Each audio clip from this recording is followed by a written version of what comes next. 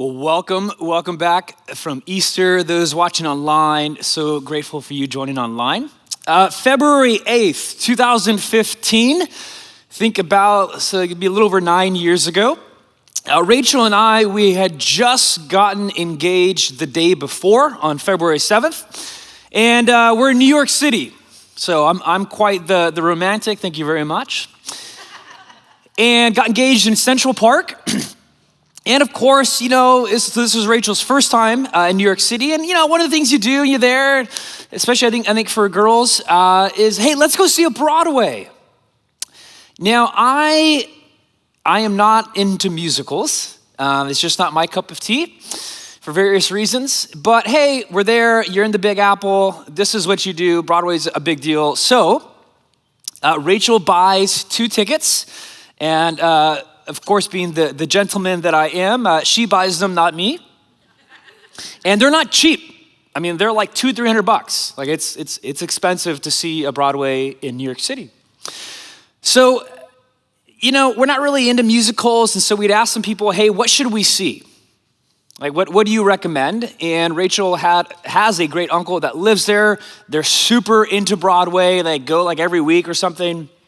And they're like, hey, here's what you gotta go see. Like, this is a classic, it's famous, this is your best choice, it will not disappoint you. They're like, you need to go see Les Mis. Oh, okay, Peggy. Apparently you like Les Mis. And okay, great. If that's what you recommend, we trust you, we'll go do it. So Rachel drops a couple $100. She's just serving at Cheesecake Factory. It's like a big deal for her. And I had never read the book or watched the movie. If you know Les Mis, it's like a 1,500 page, like it is a massive book, and it's a classic. So we walk in the theater. I mean, we had the cheapest seats, which were still expensive, but we're in the very back, and it was hot. And it kind of, I think maybe some of it's because we were right next to like all the tech stuff, cameras and sound people and all that kind of stuff. And so I'm just sitting back there and I'm sweating. And I sweat easy, I don't like it hot. Like if I had it my way, our house would always be like 68 degrees, AC on. Anybody here like a cold? Yes, like all the men. Okay, well, there you go. That's probably like one of our biggest fights in our marriage is like the temperature of the house, you know what I mean? So show starts, and I don't understand a thing. They're like singing and dancing, sometimes in French. I cannot understand the dialogue. There's all these different characters, and I am just utterly lost. And I'm like, okay, well, hey, this is a classic. Like her aunt, uncle, recommend. Mark, just sit back, hang tight, give it a couple minutes, it'll get better. Now, like 10 more minutes go on, and I'm just like, dude, I do not understand what's going on right now in this play. So I lean over to Rachel. I'm like, hey, I'm a little hot, not following this. I need to go to the bathroom and just get some fresh air, take a break. Okay. So I get out, go to the lobby, and I'm like, you know what? I don't really need to go to the bathroom. I'm just gonna go outside and walk around Times Square. So I go to Times Square, I buy some New York pizza. That's what you do in New York. And the thing was, I had told Rachel that I was going to the bathroom, so I needed to be in the bathroom because I don't want to lie, I'm like, this is my fiance now.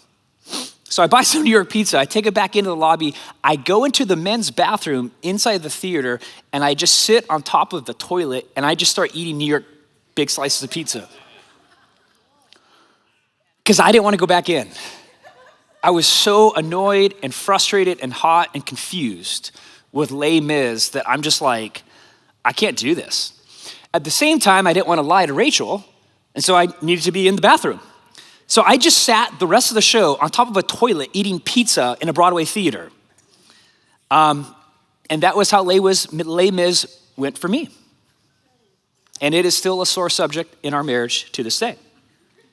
So I left my brand new fiance all alone inside a Broadway musical theater that she paid hundreds of dollars for the rest of the show while I'm eating pizza on the pot. Why? Yes, nice way to put it. There could be other words. Now, why did I do that? All because I could not understand for the life of me this confusing, sophisticated plot, and I was bored out of my mind. In fact, you could say that I was lay miserable. And I realized afterwards, because I love to research things, I realized afterwards, like, man, I just, on a number of levels, I committed a big, like, party foul. Not just towards Rachel, but, I mean, Les Mis is, like, legendary. It's a famous musical book. I mean, this is a big deal. And it hit me, man, like, the reason why I was so miserable is that I didn't understand this plot. If I had seen the movie, or if I had read the book, or just kind of maybe even gone on Google and like got a basic plot outline, I would have been able to track with it, and therefore it would have been enjoyable. And not even enjoyable, I would have been able to understand the brilliance, power, and beauty of the story of Les Mis. And if you know it, it is a very powerful story. It's a story of redemption. But I didn't like Les Mis because I couldn't understand it. Therefore, I walked out because it's too confusing, and I missed out on its beauty and power. In the exact same way, many American Christians today, we don't understand this, and so we put it down because we're bored by it and it's so confusing to us. The Bible has so much going on. It literally, just like Les Mis, takes place in another cultural setting. Les Mis, it was Paris, it was France, speaking in French. The Bible, Greek and Hebrew, 2,000 years ago, an entirely different country and culture. We don't understand it. There's different languages, different settings. And so a lot of us, if we're honest, we just put this down and we stop trying to read the Bible because we're frustrated, we're bored, because we don't understand it. And actually, all recent statistics, I mean, there's just a ton of surveys that have been done on this, Pew, Barna, etc. They will all say that biblical literacy right now in America is at the lowest it's ever been. By biblical literacy, they mean not that people can't like physically read the Bible. No, it's just that people's understanding of the Bible is at the lowest that it's ever been in American history. Now, what in the world does Les Mis and a lack of biblical literacy, what does that have anything to do with starting a new teaching series on the book of Exodus in the Old Testament? Quite simply this: you cannot understand Jesus until you understand Exodus. You cannot understand Jesus until you understand Exodus. In a lot of ways, I would say that Exodus reveals Jesus, or Exodus helps us understand Jesus. Exodus explains Jesus. And for that matter, I would argue Exodus actually makes sense of and explains the rest of the biblical story. So what the cross is for Christians today, like, this is a powerful symbol for us. We just got done celebrating the cross in the empty tomb last weekend. Right? People wear cross jewelry or earrings or whatever, tattoos, and they're not even Christians. So it's a huge symbol for us. It's the essence of our faith. For a Jewish person, an ancient Jewish person 2,000 years ago or 3,000 years ago, take Jesus, who was Jewish in the first century. What the cross is for us today, the Exodus was for them. The Exodus, it offered like the symbol, the essence, the paradigm of their faith. Everything was about the Exodus. We see everything through the lens of the cross. They, 2,000 years ago, saw everything through the lens of the Exodus.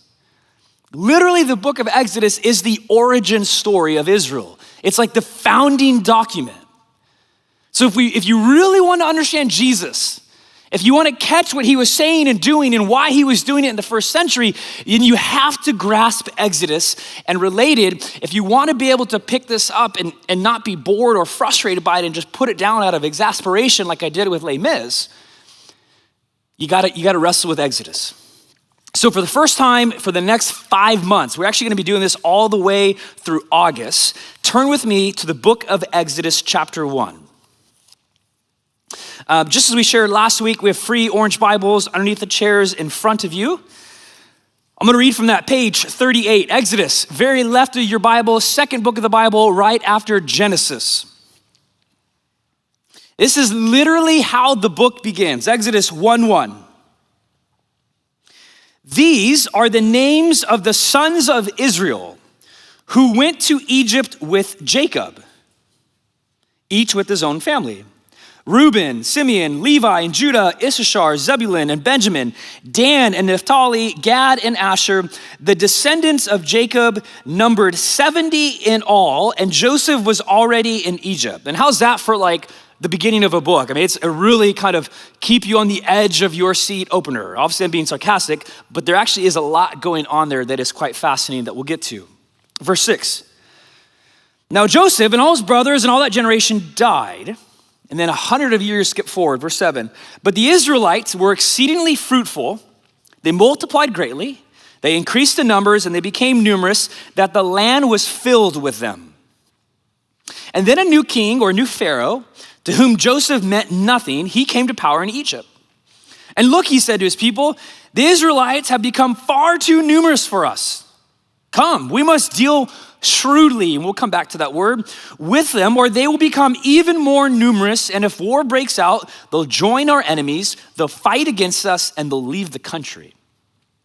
So they put slave masters over them to oppress them with forced labor. And they built Pithom and Ramses as store cities for Pharaoh. But the more that they were oppressed, the more they multiplied and spread. So the Egyptians came to dread the Israelites, and they worked them ruthlessly. They made their lives bitter with harsh labor in brick and mortar and with all kinds of work in the fields. In all their harsh labor, the Egyptians worked them ruthlessly. Now, you can't tell from your English translations, but the very first word in the original Hebrew scroll that Exodus was written on, the very first word is the word and. Now, anybody here, do we have any like grammar nerds here? People who love grammar, raise your hand. All right, yeah, just like 9 a.m., like, which is what I thought, I'd be like 3 people. Now, grammar people, are you ever supposed to start a sentence with and? No, it's a big no-no. But Exodus does. Why? The fact that Exodus starts off with the word and is a huge clue to us that there's something going on here. And it's this. Exodus is a direct continuation of the book right before it, Genesis. Genesis is the first book of the Bible, and then there's Exodus. And they're supposed to be read together, which is why the author intentionally begins with the word and. In fact, the first 5 books of the Bible, scholars call them the Torah, or sometimes you'll hear the name the Pentateuch. Torah, Pentateuch. It stands for the first 5 books of the Bible: Genesis, Exodus, Leviticus, Numbers, and Deuteronomy. All 5 of those books are supposed to be read together. And actually, Exodus isn't the only book that starts with and. It is a huge literary clue to us. Hey, read all these books together. We think they were put together probably by the same person. So Exodus is a direct continuation from Genesis, but it's not just that. There's actually an even bigger clue that there's something really interesting going on here. Literally, the very first 4 books of Exodus is basically a direct quotation from Genesis chapter 46, verse 8. So real quick, turn to your left. We're gonna do a lot of kind of Genesis and Exodus today. If you go to Genesis 46, so just a couple pages to the left, verse 8, here's how Genesis 46:8 reads. And hopefully you kind of pick up the theme here now. These are the names of the sons of Israel, Jacob and his descendants, who went to Egypt. Reuben, the firstborn of Jacob. And then if you have a physical Bible out, it doesn't really show on the screen or something, but most translations for the next 17 verses, you'll see like indented brackets. And they literally list the 12 names of Jacob. Jacob, by the way, is the same person as Israel. Okay, he's given the name Israel. Jacob, Israel, same guy. He has 12 sons. All 12 sons of names and then their kids are named in Genesis 46, who are also named in Exodus 1. Now you're probably like, okay, what is the deal with like Jacob, Israel? What's the deal with his 12 sons? Who's this Joseph guy? And why are they in Egypt? Like, why does Exodus pick up right away with all of this? Well, it's because it's all explained in Genesis. And here, long story short, I don't have time to go into it, and we'll touch a little bit kind of next Sunday as well. But the gist is this. Jacob has 12 sons. One of them is Joseph. Joseph, his brothers are jealous of him, and they sell him into slavery to Egypt. So Joseph goes to Egypt as a slave. But crazy kind of things turn. Joseph, long story short, rises up the ranks and becomes second in charge in Egypt, pretty much becomes like the prime minister of Egypt. The Pharaoh being the only person above him who's king. So Joseph has this really high position, and then there's a famine in the land. Famines were wipeouts in the ancient world.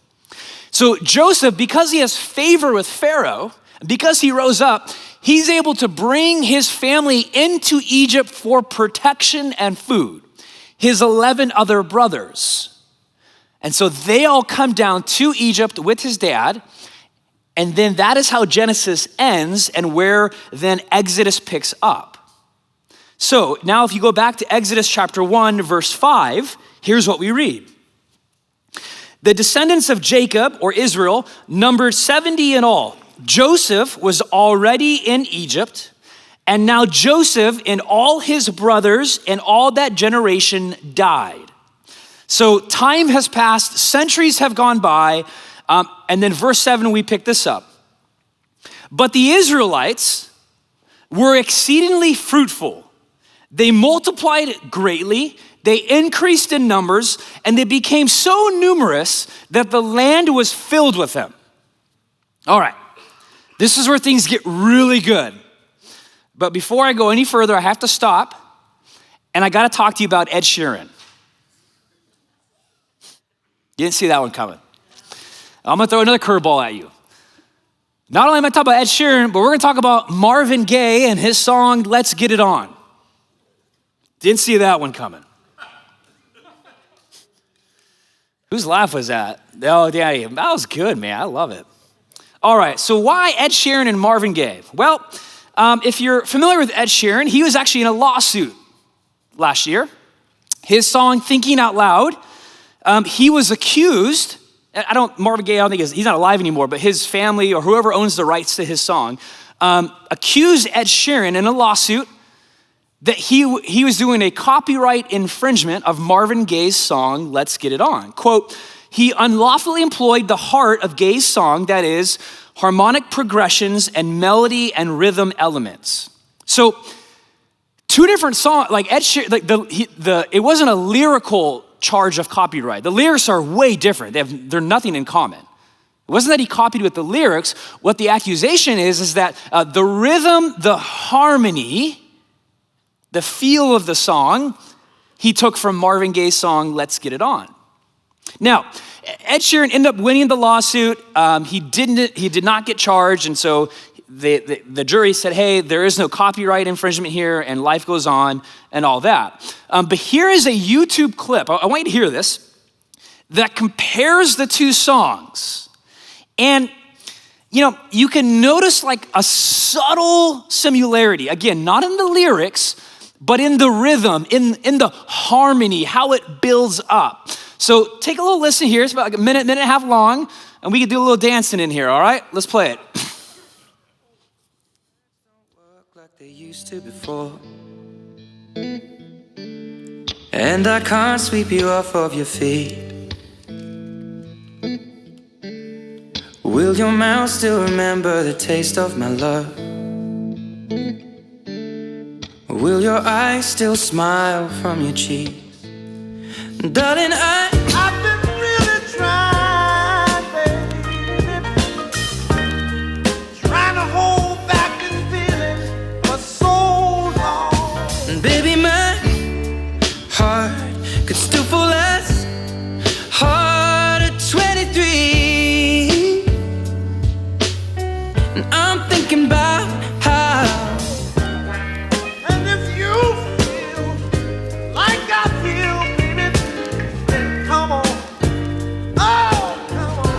So honey, now take me into your loving arms. Kiss me under the light of 1,000 stars. Nothing wrong with me loving you, baby, no. And giving yourself to me can never be wrong. Out loud, maybe we found love right where we are. When my hair's all but gone and my memory. All right. Man, tough crowd. We had a dance party at the 9 a.m. No, we didn't. All right, what's up with this? Ed Sheeran, Marvin Gaye. I'm borrowing, and I think this is a brilliant metaphor. It's from Tyler Staton at Bridgetown in Portland. There is a chord progression. There's a rhythm. There's a harmony that's played over and over and over again in Exodus.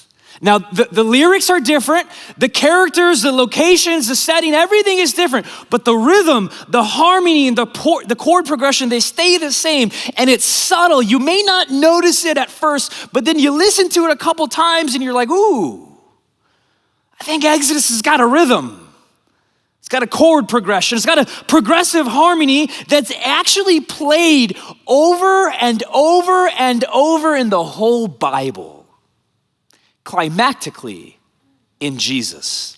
And we'll get to that in a little bit. But for the next 5 months, this is just an introduction. We're gonna play this chord progression. Like worship songs, I used to play a little bit of guitar. It's just like GCD all over.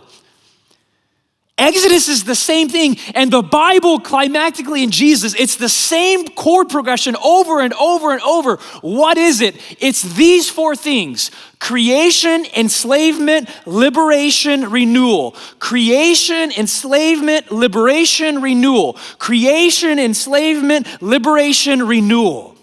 That is the harmony, the rhythm, not just of Exodus and not just of Genesis as we're gonna see, but of the whole Bible, and Jesus is singing that tune. So 2 questions. Where are these elements in Exodus? And why have I said that Exodus is connected to Genesis? What is this rhythm? What is this harmony progression? And why is it connected to Genesis? So let's continue on now. Now that we have Ed Sheeran and Marvin Gaye in our minds, back to Exodus. Verse 7.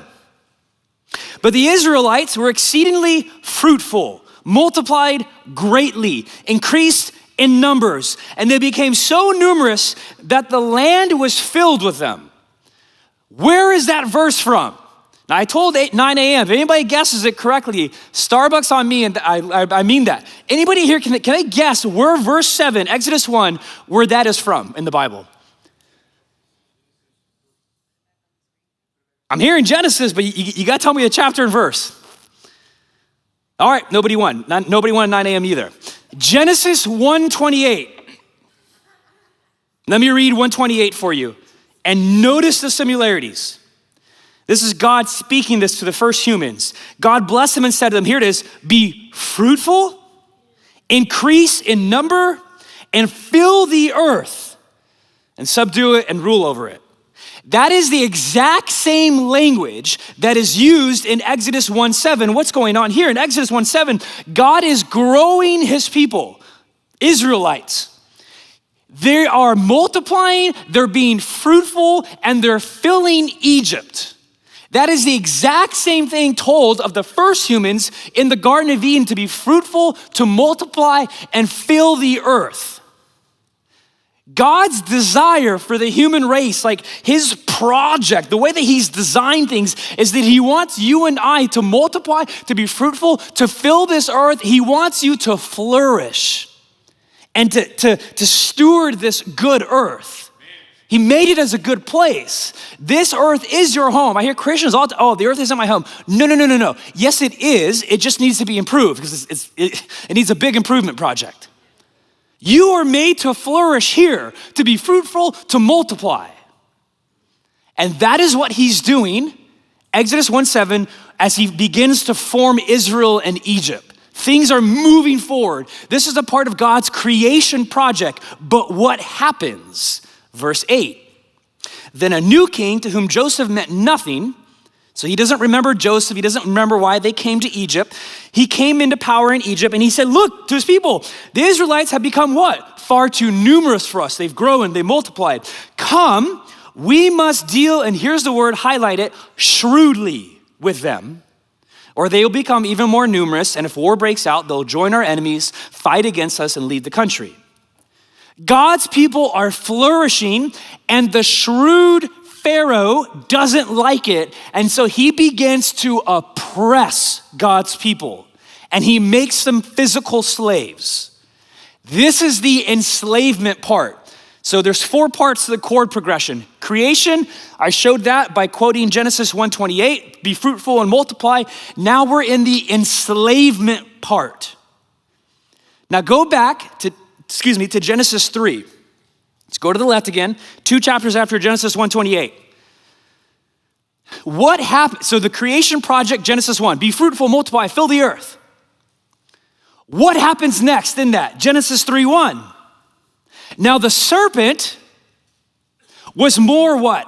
Crafty. The word crafty and the word shrewd are very, very, very similar and connected.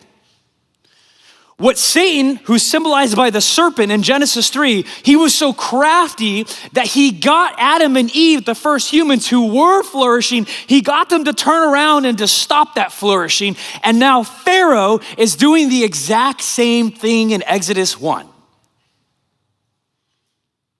By the way, this is a side note.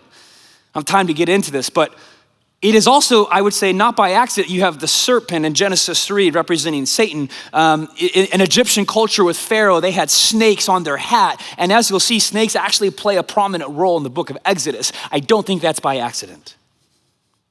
So what happens here is sin enters the world through this shrewd or crafty serpent in Genesis 3, and humankind becomes enslaved to sin.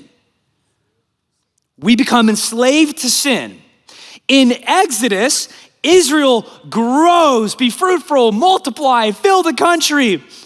And now there's another crafty or shrewd serpent, or this time a Pharaoh and a king who says, no, I don't like that. And I'm going to oppress you and make you slaves to me. Creation, enslavement, and now liberation. Now, everyone knows this about Exodus.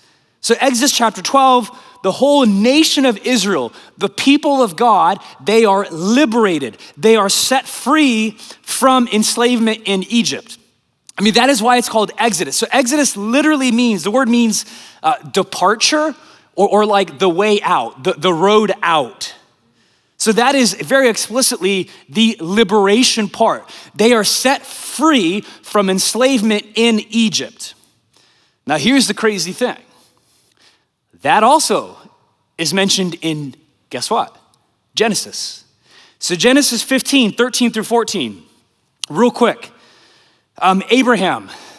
Abraham is the great-grandfather of Jacob, of Israel, who has then the 12 sons. This is all same family. Genesis 15, 13 through 14.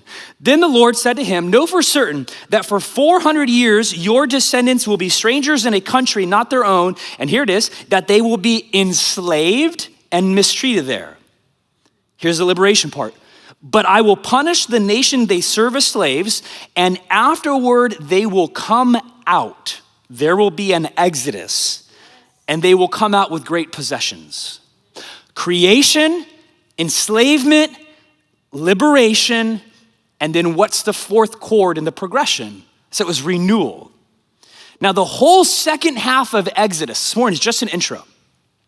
The whole second half of Exodus is all about renewal. We think that the book is just about like the liberation part, that it's all about, oh yeah, God freed them from their slavery to Egypt, and that is true. But it's not just freedom from, it's freedom for. He sets them free, not just to get them out of Egypt, but then to get them in the presence of God to worship and serve Yahweh. Renewal is not just getting you free from something, it's getting you to what your heart should be with, and that is the presence and power and glory of God. It's his way of life, it's the law. A lot of people think that the law is like restrictive and God is trying to tell us what to do to get all the joy and the fun out of life. And that's not the way it was viewed. The 10 Commandments and that whole law section in the second half of Exodus, which we'll get into, is all about renewing Israel so that they can flourish again. So that they can have life with God, to have his presence, his power, his glory, his beauty, his brilliance. Because you can get out of slavery and that's good, but unless you get into something that's good, you're just wandering around then. It's not just freedom from, it's freedom for. So, creation, enslavement, liberation, renewal. Creation, enslavement, liberation, renewal.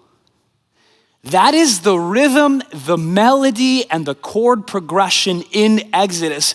But here's the crazy thing, it's not just Exodus. It starts in Genesis, and actually that same rhythm can be traced throughout the whole scriptures, concluding in Revelation. It's the same melody.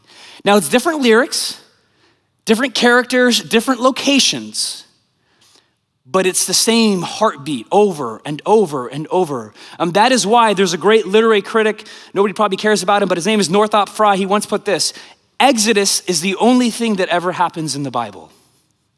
Exodus is the only thing that ever happens in the Bible. He's saying it's just a retelling of the story over and over and over again. It's the same rhythm. And here's what I want to kind of get you chewing on this morning. The Exodus is your story too. The Exodus is our story. I would argue that it's the story that every human being has to wrestle with.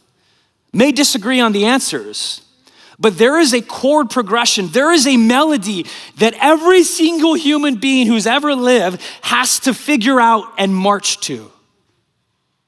Here are the 4 questions that arise from this melody. First one, and this is what I want you to get you chewing on.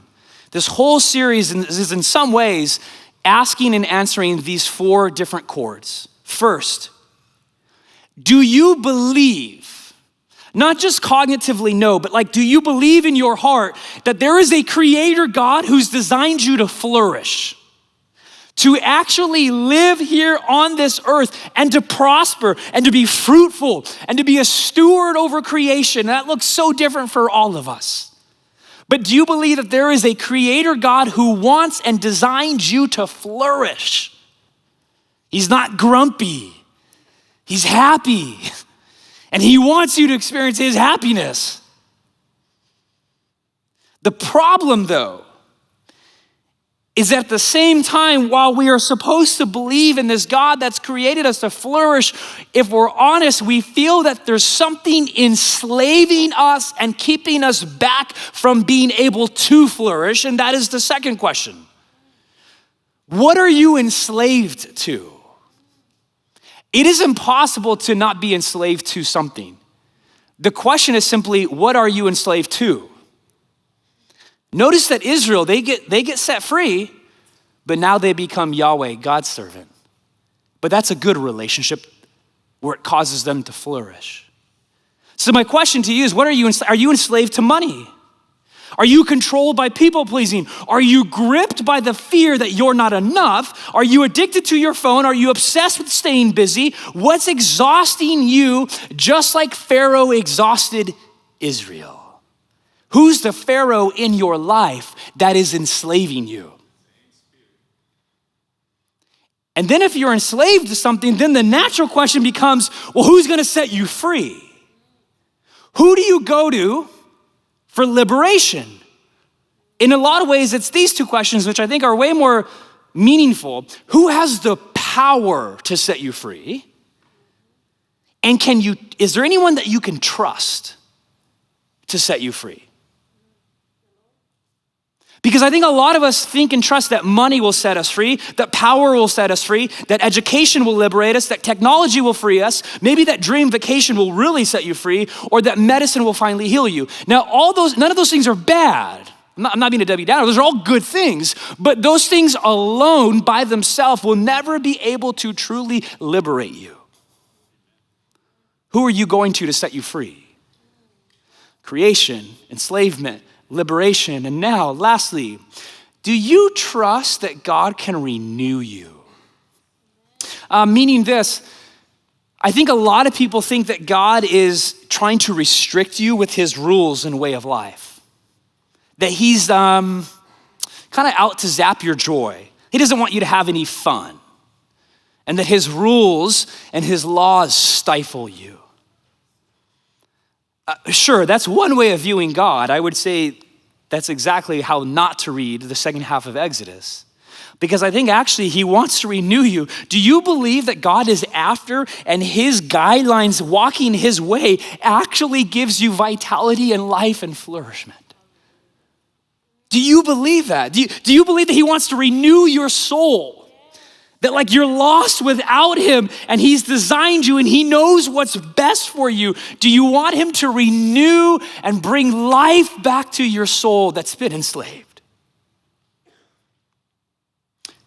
Do you know where all four of those questions, or that whole chord progression, melody, and harmony, do you know where that will lead you to? Jesus. And here's my point this morning. Exodus reveals Jesus. The melody in Exodus is pointing to Jesus. Jesus is the new Exodus. Jesus is the true Exodus. Jesus is the ultimate Exodus. What do I mean? Remember I started off saying that I think a lot of people have a hard time understanding the Bible because you find it confusing, boring, you get frustrated with it, and so you just put it down and you walk out from it just like I walked out of Les Mis because I didn't understand it. It was too sophisticated. I didn't understand the French. I didn't understand the plot line, the characters, and so I'm done. I'm sitting on the toilet with New York pizza and texting my fiance. I think a lot of us feel that way about the Bible. We're done with it. We don't understand it. And the thing is, I don't think you can understand Jesus until you understand Exodus, and I don't think you can understand the Bible until you understand Exodus. So you ever wonder why there's all these weird, small, obscure details in the New Testament, especially the Gospels, Matthew, Mark, Luke, and John, the biographies of Jesus? There's all these like random things. I'm always kind of like, man, why are those there? Oh, maybe we should just ignore that, or who cares about it? Oh, that doesn't matter. Let me list some for you.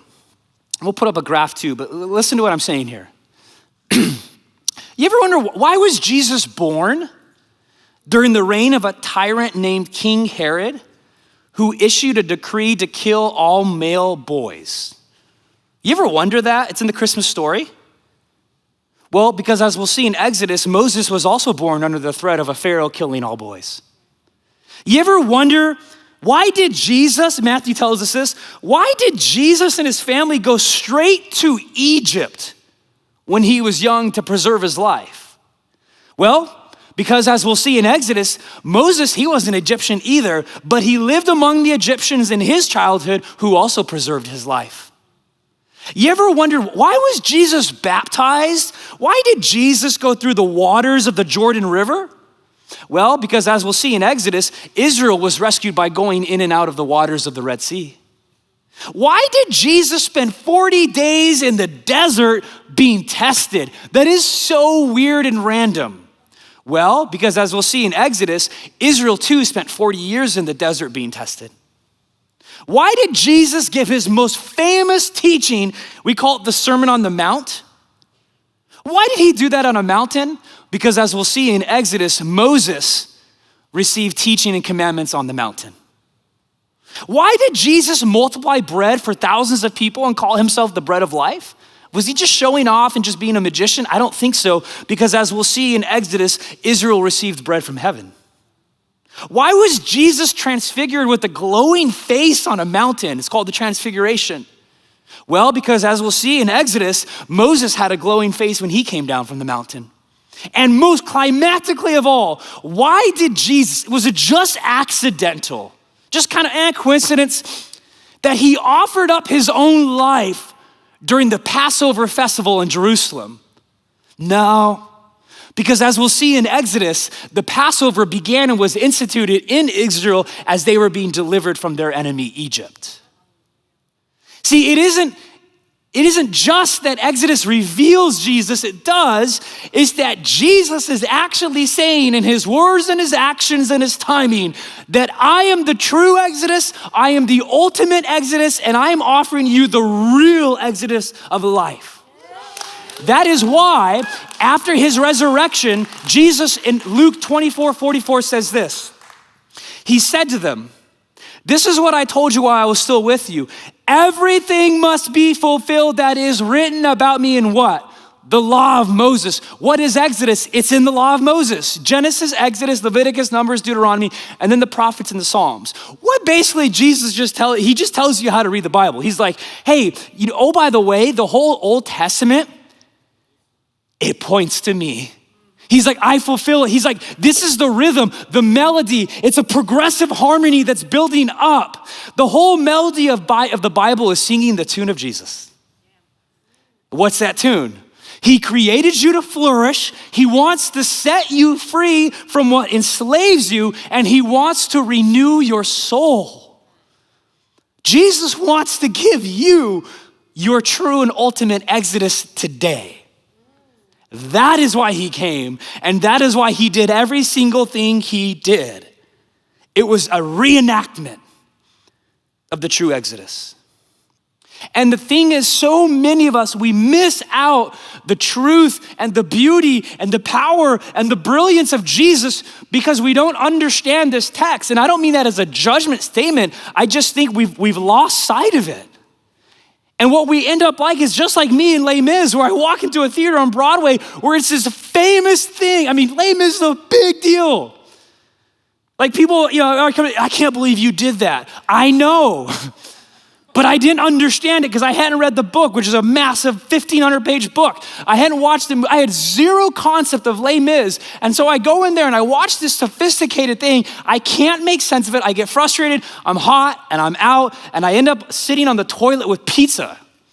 And I think in some ways, that is a metaphor for many of our lives. We have this, but we don't know how to read it and make sense of it. And we end up doing stupid things in our lives, like eating pizza on the pot. Because we don't know what to do with this because no one's ever helped us or explained things to us. And that is why I want us to go through Exodus for the next 5 months, because Exodus is all about Jesus. And when you get it, you can see his beauty, his power, and his brilliance and his exodus for your life. I'm gonna invite the band back up. This morning, it's first Sunday of the month, corporate communion. If you're new here, kind of our rhythm, if you will, is the first Sunday of each month, we do corporate communion. And so in a couple minutes, elders and deacons and leaders will come up to kind of facilitate the elements for you, and then you can take them back to your seat, take them by yourself, spouse, whoever you'd like. But I just don't think it's a coincidence that this is the morning that we take communion, because here's the deal. This is actually a retelling of the Passover story. Here's what I mean. Jesus, when he institutes what we call communion, it was actually a Passover meal. Let me show you that. Luke 22, verses 7-8. We'll put this on the screen. Then came the day of unleavened bread, and here it is, on which the Passover lamb had to be sacrificed. And Jesus sent Peter and John saying, "Go and make preparations for us to eat the Passover." This is what good Jewish people did at this time of the year. It was Passover festival time, and Jesus knew that. And what Jesus was saying is, I'm actually going to redefine the Passover meal, because you know that lamb, and we'll read about this in a month, that they put on a doorpost and they sacrificed it and the blood came down, and then God passed over whoever had that sacrificial lamb on their door. That's why it's called Passover. And they were saved and they were rescued and they were delivered from the evil Pharaoh. Jesus says, I actually am that sacrificial lamb, and whoever claims me, you will be saved and rescued and delivered from the ultimate Pharaoh, the ultimate crafty and shrewd serpent who is out to kill you and bring you death and doesn't want you to flourish. Jesus says, if you claim me and you recognize me as the Passover lamb, I will set you free and give you the ultimate exodus.